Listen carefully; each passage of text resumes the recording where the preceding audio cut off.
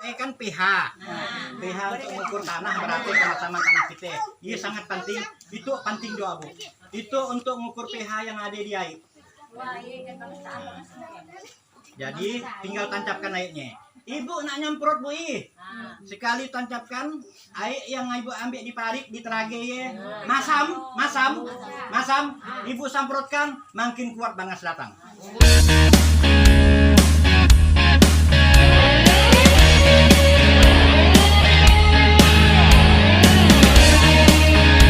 Yang paling murah tuh, Bu. Tinggal ditancapkan. Cek berapa pH-nya. Nah, ngecek keasaman tanah kita. Sekarang Bu, sekarang tanah ibu misalnya tertancap 5. Ini angka di situ 5 ibu barikan 100 kilo pupuk, paling 20% yang diserap oleh tanaman, 80% jadi residu. Tinggal di tanah ialah yang menyebabkan pating, jadi batu, merusak tanaman, merusak kesuburan tanah, dan 80%-nya karena pH ibu masih 5, APG 4. Yang diperlukan tanaman antara 6 sampai 7. Untuk menaikkan 5 jadi 6, ibu perlu 2 ton 100 kapur dolomit. 1 hektar perlu 2 ton 100. Sanggup ke? Dari 5 ke 6. Dari 6 ke 7 untuk menaikkan 1 digit, ia harus 2 ton 100 pupuk. Nah, tapi kalau ada solusi deh, guna pelatihan hanya 20 kilo, tanah ibu netral seumur hidup. Seumur hidup. Nah, ada solusinya, ada cara pembelajarannya. Nah, sampai misalnya ibu nanam cabai apa segala kan, tiap kali nak nanam tanaman baru, olah tanah. Kalau kita ada pembelajaran 1 kali olah bisa untuk 8 kali nanam. Jadi tidak ngolah-ngolah, dah makin ngirit pembiayaan. Nah, jangan sampai kalau tanaman ibu waktu nanam pertengahan sebelum bubungnya aja udah sakit. Yang tidak antabal makin tipis. Yang tadi hijau mulai kuning. Dia tanaman sakit. Apa sebabnya? Kurang makanan. Penyakit itu datang, hama itu datang.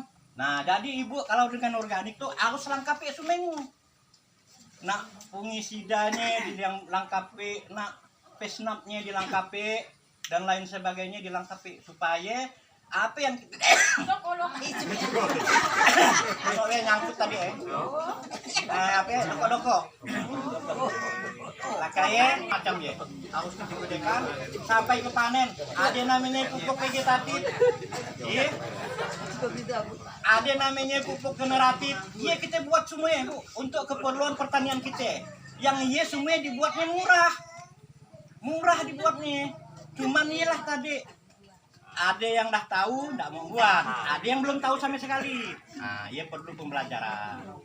Nah, memang kalau kita baru-baru mulai untuk menggunakannya mungkin agak susah, agak sulit, agak cuman dah keterbiasaan. Kalau dah biasa aja, Bu.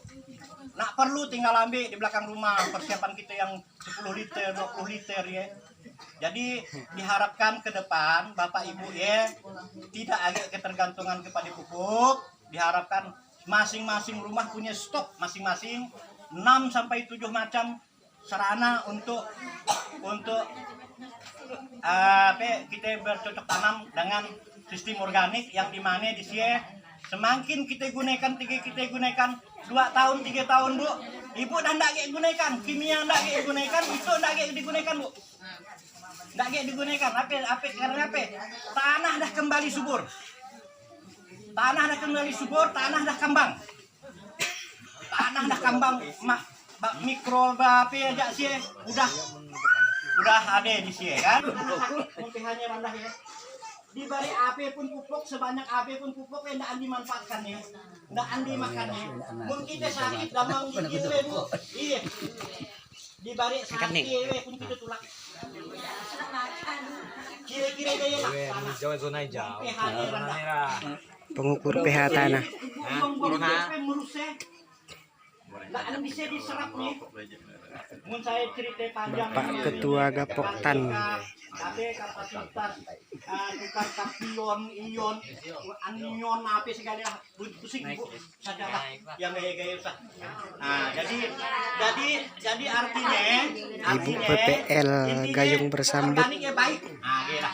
Organiknya baik, bisa meringankan biaya yang cukup tinggi, lakanya bisa meningkatkan produksi. Nah, cuman di sini kita nak sabar, nak yakin, dan kita bisa buat seorang. Nah, saya kebetulan untuk pupuk cair organik ya, udah merintisnya kurang lebih 2 tahunan lebih. Baratnya mandai-mandai ya bu, mandai-mandai lah udah. Jadi awalnya saya mempelajari yang namanya mikroba bu. Mikroba apa? Mikroba tahu bu? Bakteri. Bakteri pelajari bakteri itu fungsinya apa, semuanya punya fungsi, bagaimana kecepatan berkembang dia, semuanya dipelajari, semuanya bu. Sampai ada yang 6 bulan saya fermentasikan, ada yang setahun baru saya buka fermentasinya. Jadi untuk mengenokkan mikroba tuh bukan lagi. Jadi ibu ndak lari ke situ kalah. Ndak bisa ke situ. Ndak bisa. Namun ke situ pembuatannya, iya bisa. Namun ke situ ngalu. Mikroba diam. Untuk disemprotkan bu, itu disemprotkan ke rumput, Isoknya ibu semprot pakai herbisida, ndak bisa membunuh rumputnya. Karena dia bisa mengurai kimia. Tuh.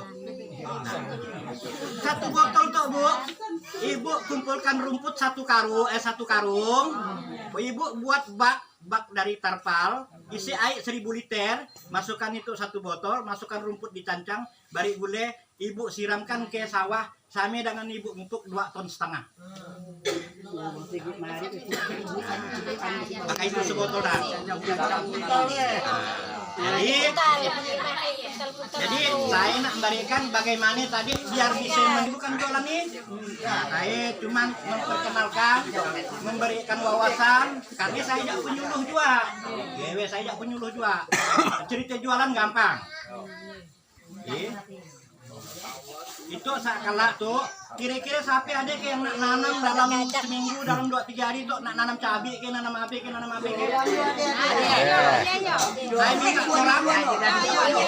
Saya minta seorang, kalau itu sumeng saya berikan. Pak. Itu saya berikan. Cuman dipakai digunakan. Caranya.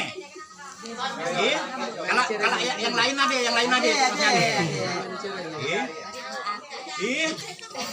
Pola yang saya sampaikan di situ, adalah dengar bu. Dia bisa berlaku untuk tanaman apapun, untuk padi, untuk apapun, semuanya berlaku.